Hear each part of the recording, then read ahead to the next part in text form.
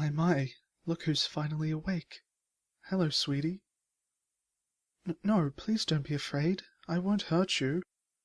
Everything is okay. I promise. Shh. There. Shh. It's okay, darling. It's all okay. You're safe here. That's it. Keep breathing slowly. There, nice and calm. Much better. Where are you? You see, sweetie, that's a simple question with a very complex answer. I have some explaining to do, but I need you to promise not to panic. Good. I am a being from, I suppose it is best described as another dimension. And I would best be described as akin to the gods from your various mythologies. I sense your skepticism. That's understandable. In this form, I appear as any normal human. But my form is malleable, you see. For example, I can grow extra appendages, or reduce myself to just a voice with no form at all. Honey, please don't freak out. I told you, everything is okay. Shh. I won't hurt you. I could never. You're far too precious. Apologies. That may have been too forward of me. Please allow me to continue. The place you are in is a world of my own creation. I know it looks like any normal human house, but just like with myself, I can shift its appearance at will. Why a house, then? For the same reason I'm in a human form. For your comfort and familiarity. And that brings us to why you're here. You see, sweetie, it gets rather overwhelming, roaming the cosmos by yourself, knowing the hidden complexities of the multiverse. It can drive one mad. Sure, it's fun to watch the mortal creatures and how they spend their time, but that doesn't make the feeling go away. So I decided it would be best to adopt a being with a simpler mind. One to draw my attention back down to earth, as you humans say. I searched far and wide across many different realities in order to find the perfect candidate. However, nobody seemed to fit what I was looking for. That was until I heard a voice. Your voice, darling. I heard you praying desperately to your God for a friend, for someone to end your loneliness. And I answered. Yes, darling, I'm adopting you. You will have a friend to look out for you and give you attention, and I can bring my mind away from the intensities of the cosmos to focus on my pet. It will be so wonderful. That is correct. I did say pet. Is there something wrong with that, sweetie? Don't worry, I will still treat you like a human being. You're not about to be locked in a cage and forced to do tricks for food. That would just be cruel. All I mean by pet is that I will be taking care of your needs and desires. You wish to be considered an equal to me? We are equal, darling. I only think of you as a pet because we exist in entirely different worlds. We simply cannot see life in the same way. Oh, you think we do?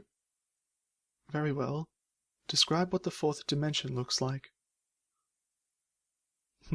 Exactly, you can't. You exist in a world of 3 dimensions, sweetie. The same thing would happen if you asked a stick figure to describe the 3rd dimension. They would be unable to. But even still, that doesn't make you any less worthy of love and care. There is one last thing to go over before we can start our new life together. What would you like to call me? You can call me anything, honey. My true name is impossible to pronounce with your vocal structure, so you may choose. Whether it be a human name, a formal title such as lord or mistress, a parental title like mother or father, or even a made-up name, it does not matter. The only thing that matters is what you like calling me. So, what will it be? It's okay to be unsure. We can figure out my name once you're more comfortable with me. In the meantime, what would you like to do? We can do whatever you want. The possibilities are quite literally endless. You're still not sure? Well, how about we cuddle for a little bit? Would you like that, honey? You would? Okay, come into my arms. There you go, darling. You're nice and safe here. I promise. Would you like it if I rubbed your back? Or gave you head pats? Yes? Well, luckily for you, my body is amorphous. So I can wrap 2 arms around you to hold you, and still have more limbs to give you back rubs and head pats at the same time. Shh. Good human. There's nothing you have to worry about anymore. I will protect you from all the scary things in the universe. Just nuzzle into me, my good human. I will take care of you. I knew adopting you was going to be a wonderful decision. You are such a good human, sweetie. Such a good human. If there are any emotions bubbling up inside you that need to be let out, go ahead. There's no need to fight it, darling. Not in front of me. You've been so incredibly strong for such a long time, but you don't need to be anymore. Right now, the only thing you need to do is lean into me and enjoy the affection.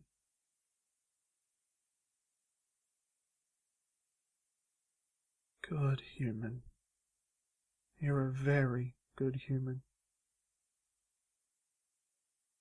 Since you're being so good, would you like a treat? Here. Does this fit your preference? You seemed to enjoy this when I was watching you during your time in your world. What is it that you humans call this again? Yes, that's it. Here you are. Good human. How did it taste? Wonderful. Now, rest your head against me again, so I can keep showering you with affection.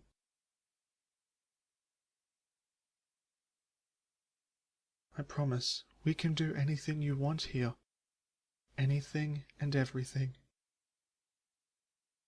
I can form anything out of the nothingness of the void. So you can have whatever you want to stay entertained. Whether it be a human creation or one of my own.